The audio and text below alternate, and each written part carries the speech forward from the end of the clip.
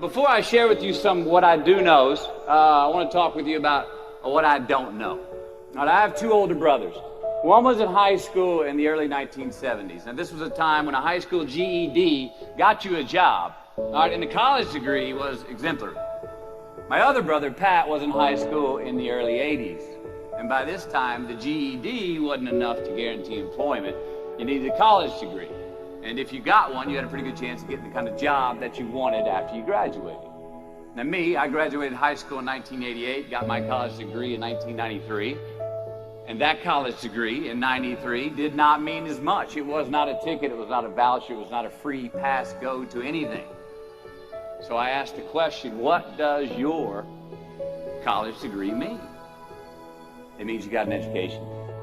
It means you have more knowledge in a specific subject, vocation. It means you may have more expertise in what your degree is in. But what's it worth? In the job market, out there today, we know the market for college graduates is more competitive now than ever. Now, some of you already have a job lined up. You've got a path where today's job is going to become tomorrow's career. But for most of you, the future is probably still pretty fuzzy. And you don't have that job that directly reflects the degree you just got. Many of you don't even have a job at all. Think about it. You've just completed your scholastic educational curriculum in life, the one that you started when you were 5 years old in kindergarten, up until now, and your future may not be any more clear than it was 5 years ago. You don't have the answers, and it's probably pretty damn scary. And I say that's okay, because that is how it is. This is the reality that many of you are facing. This is the world that we live in. The sooner that we become less impressed with our life, with our accomplishments, with our career, with whatever that prospect is in front of us, the sooner we become less impressed and more involved with that and these things, the sooner we get a whole lot better at doing it. So, I'm going to talk to you about some things I've learned in my journey. Most from experience, some of them I heard in passing, many of them I'm still practicing, but all of them I do believe are true. Now, they may be truths to me, but don't think that that makes them mine, because you cannot own a truth. So please think of these as signposts, approaches, paradigms that give some science to satisfaction. They're yours to steal, they're yours to share, liken to your own lives, to personally apply in your own lives, in your own way, should you choose to. So, here we go. Number one, and this should come up on the Jumbotron. Life's not easy. Is it up there? Life is not easy. It is not. Don't try to make it that way. Life's not fair. It never was. It isn't now, and it won't ever be. Do not fall into the trap, the entitlement trap, of feeling like you're a victim. You are not. Get over it and get on with it. And yes, most things are more rewarding when you break a sweat to get them. Number two, I love this. Unbelievable is the stupidest word in the dictionary. Should never come out of our mouths. Think about it. To say, oh wow, what an unbelievable play. It was an unbelievable book, an unbelievable film, an unbelievable act of courage. Really? It may be spectacular, it may be phenomenal, most excellent or outstanding. But unbelievable? Give others and yourself more credit. It just happened. You witnessed it. You just did it. Believe it. What about the other side of unbelievable?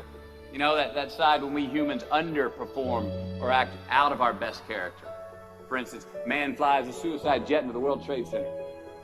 Millions die from diseases every day that we have cures for. Bob the Builder swears that he's going to have your house built by Thanksgiving, and you can't move in until Christmas the next year.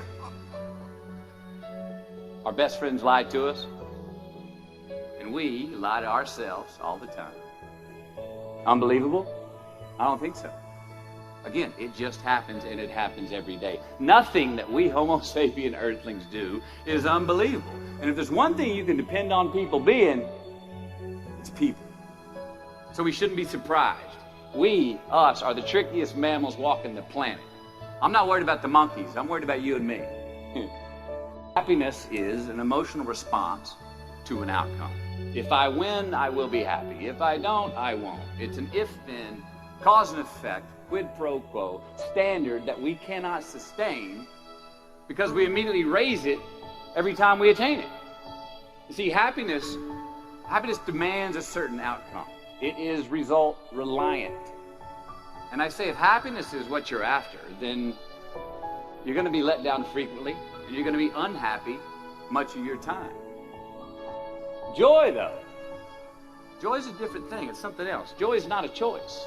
It's not a response to some result. It's a constant. Joy is the feeling that we have from doing what we are fashioned to do, no matter the outcome. Now, personally, as an actor, I started enjoying my work and literally being more happy when I stopped trying to make the daily labor a means to a certain end. For example, I need this film to be a box office success. You know, I need my performance to be acknowledged. I need the respect of my peers. And all of those are reasonable aspirations, but the truth is, as soon as the work, the daily making of the movie, the doing of the deed became the reward in itself for me, I got more box office, more accolades and respect than I ever had before. See, joy is always in process. It's under construction. It is in constant approach, alive and well in the doing of what we're fashioned to do and enjoying it. Number 4, define success for yourself. Now check this out. I'm in south of New Orleans a few years ago, and I went to a voodoo shop, and they had this wooden partition against the wall with these columns, and in these columns were all these vials of these magic potions, right? And the headings above each potion defining what they would give you were things like fertility, health, family, legal help, energy, forgiveness, money. Guess which column was empty? Money. Somebody please tell me where else you're gonna have this much fucking fun? Let's admit it. Money is king today. It's what makes the world go round. It is success. The more we have, the more successful we are, right? Now, I would argue that our cultural values have even been financialized. Humility is not in vogue anymore. It's too passive. It's a get rich quick on the internet, rich is 15 minutes of fame world that we live in, and we see it every day. But we all want to succeed, right? So the question that we got to ask ourselves is what success is to us, what success is to you. Is it more money? That's fine. I got nothing against money. Maybe it's a healthy family. Maybe it's a happy marriage. Maybe it's to help others, to be famous, to be spiritually sound, to leave the world a little bit better place than you found it. Continue to ask yourself that question. Now, your answer may change over time, and that's fine. But do yourself this favor. Whatever your answer is, don't choose anything that will jeopardize your soul.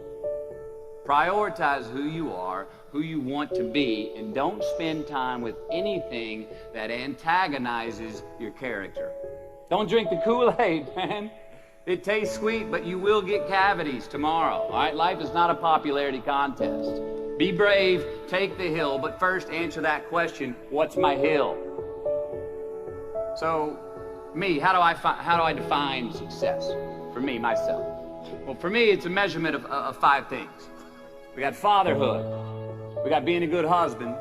We got my health, mind, body, and spirit. We got career, and we got friendships. These are what's important to me in my life right now. So I try to measure these 5 things each day.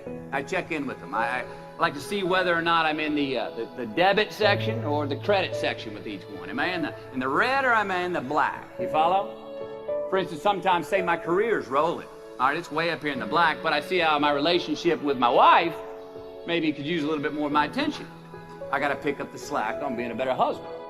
Get that one out of the red. Or say my spiritual health could use some maintenance. It's down here, but hey, man, my friendships and my social life, they're in high gear, right? I got to recalibrate. Checks and balances. I got to go to church. Remember to say thank you more often, something. But I got to take the tally because I want to keep all 5 in healthy shape. And I know that if I don't take care of them, if I don't keep up maintenance on them, one of them is going to get weak, man. It's going to dip too deep into the debit section. It's going to go bankrupt. It's going to get sick, die even. So first, we have to define success for ourselves. And then we have to put in the work to maintain it. Take that daily tally. Tend our garden. Keep the things that are important to us in good shape. I mean, let's admit it. We've all got two wolves in us. A good one and a bad one. And they both want to eat. The best I can tell, we just got to feed that good one a little more than the other one. Here we go. Number 5. Don't leave crumbs. And the beauty of delayed gratification. So what are crumbs? Well, the crumbs I'm talking about are the choices that we make that make us have to look over our shoulder in the future.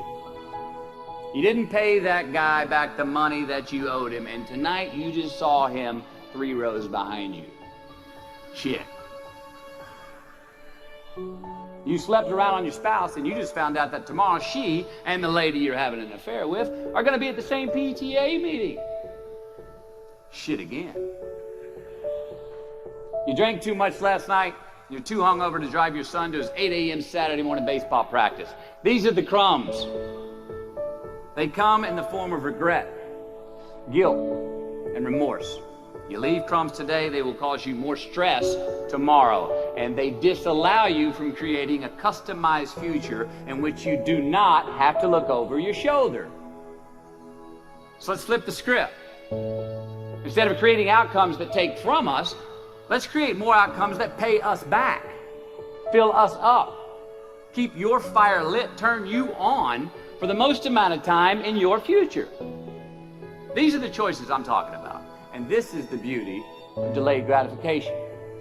All right, tee yourself up. Do yourself a favor. Make the choices, the purchases today that pay you back tomorrow. Residuals. In my business, we call it mailbox money. If I do my job well today, and that movie keeps rerunning on TV, 5 years from now, I'm getting checks in the mailbox. It's a heck of a deal. So whether it's prepping the coffee maker the night before, so all you got to do is press the button in the morning, or getting ready for the job interview early so you don't have to cram the night before, or choosing not to hook up with that married woman because you know you're going to feel horrible about it tomorrow, and her husband carries a gun, or paying your debts on time so that when you do see that guy 3 rows back tonight, you don't have to hunker down in your seat hoping that he don't see you. Get some ROI. You know what that is? Return on investment. Your investment. You. Customize your future. Don't leave crumbs.